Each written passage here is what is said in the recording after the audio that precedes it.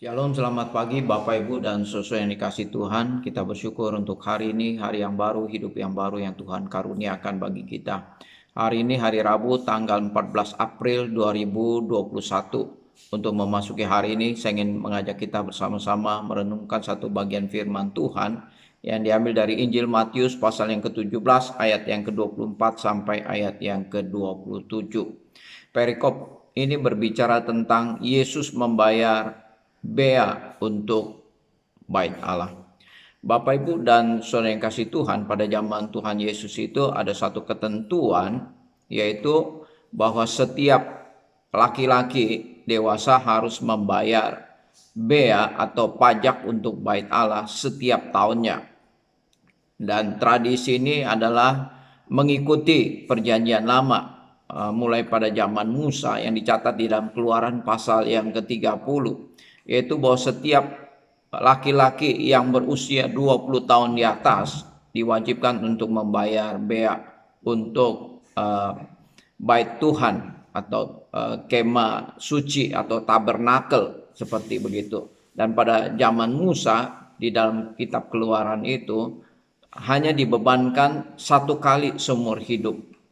Tetapi kemudian pada zaman Nehemia yang dicatat di dalam Nehemia pasal yang ke-10, maka pembayaran bea atau pajak untuk bait Allah ini bukan lagi satu kali seumur hidup, tetapi menjadi setiap tahun. Jadi setiap laki-laki dewasa harus membayar bea atau pajak itu untuk bait Allah setiap tahunnya. Nah, pada waktu Tuhan Yesus dan murid-murid ada di Kapernaum, maka datanglah pungut pajak atau pemungut bea untuk bait Allah ini.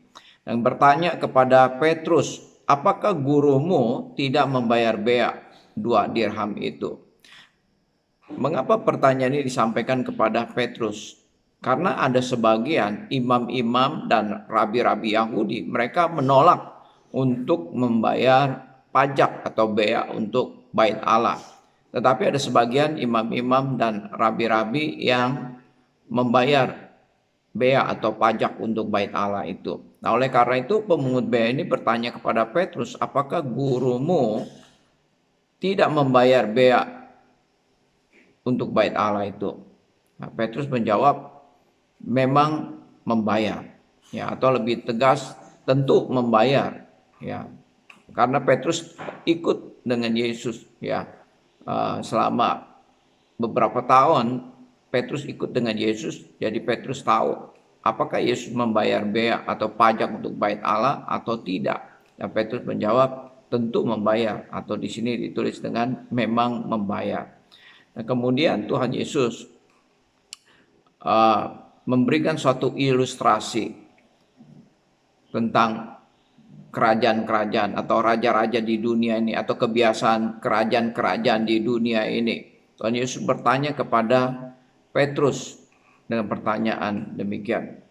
Apakah pendapatmu Simon, dari siapakah raja-raja dunia ini memungut bea dan pajak? Dari rakyatnya atau dari orang asing? Kemudian Petrus menjawab, dari orang asing. Maka kata Yesus kepadanya, jadi bebaslah rakyatnya. Jadi kerajaan-kerajaan atau raja-raja pada zaman Tuhan Yesus, mereka tidak memungut pajak dari rakyatnya, tetapi mereka memungut pajak daripada orang-orang yang dijajah. Sama seperti pada zaman Tuhan Yesus itu, ya, ada pemungut-pungut cukai seperti Sakius. Mereka bekerja bukan untuk bangsanya, tetapi mereka bekerja untuk kerajaan Romawi yang menjajah bangsa Yahudi pada saat itu. Jadi pajak yang dikumpulkan daripada orang-orang Yahudi ini akan dipergunakan untuk kepentingan seluruh kerajaan Romawi. Dan bukan hanya bangsa Yahudi aja, tetapi juga bangsa-bangsa yang lain di bawah taklukan bangsa Romawi, maka kepada mereka itu harus membayar pajak. Ya, mereka harus membayar pajak kepada kerajaan Romawi untuk kepentingan kerajaan Romawi. Nah, itu kebiasaan raja-raja atau kerajaan-kerajaan pada zaman Tuhan Yesus. Rakyatnya tidak dipungut pajak, tetapi pajak dipungut daripada orang-orang asing. Dan Tuhan Yesus katakan kebiasaan kerajaan-kerajaan pada waktu itu membebaskan rakyatnya daripada pungutan pajak. Tetapi hal yang penting di sini Tuhan Yesus katakan kepada Petrus, tetapi supaya jangan kita menjadi batu sandungan bagi mereka, supaya tidak menjadi batu sandungan. Kemudian Tuhan Yesus menyuruh Petrus membayar pajak dengan dirham yang didapat dari ikan yang dipancing. Ya, mungkin pada saat itu Tuhan Yesus dan murid-muridnya tidak ada cukup uang untuk membayar pajak, khususnya buat Petrus dan Tuhan Yesus. Satu orang 2 dirham. Jadi kalau 2 orang 4 dirham. 1 dirham itu adalah upah buruh 1 hari kerja. Jadi kalau 2 dirham itu artinya upah buruh 2 hari kerja. Jadi kalau untuk 2 orang 4 dirham itu adalah upah buruh untuk 4 hari kerja. Itu tidak sedikit, Bapak Ibu dan Saudara yang kasih Tuhan. Tetapi Tuhan Yesus menyuruh Petrus untuk memancing ikan, dan dari ikan yang pertama yang kau pancing itu, Tuhan Yesus katakan dari mulutnya, kamu ambil itu ada dirham, bayar pajak untuk kamu dan juga untuk aku juga.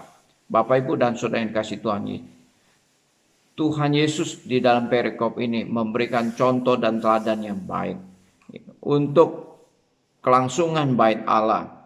Maka Tuhan Yesus taat melaksanakan firman Tuhan yang dicatat di dalam perjanjian lama, yang dicatat di dalam kitab Keluaran pasal 30, kemudian juga yang diulangi lagi di dalam Nehemia pasal yang ke-10, bahwa umat Tuhan harus mendukung rumah Tuhan, bait Tuhan dengan memberikan bea atau pajak untuk bait Allah. Dan Tuhan Yesus memberikan teladan yang baik kepada orang-orang Israel dan juga kepada kita pada saat ini, bahwa kita juga harus mendukung rumah Tuhan.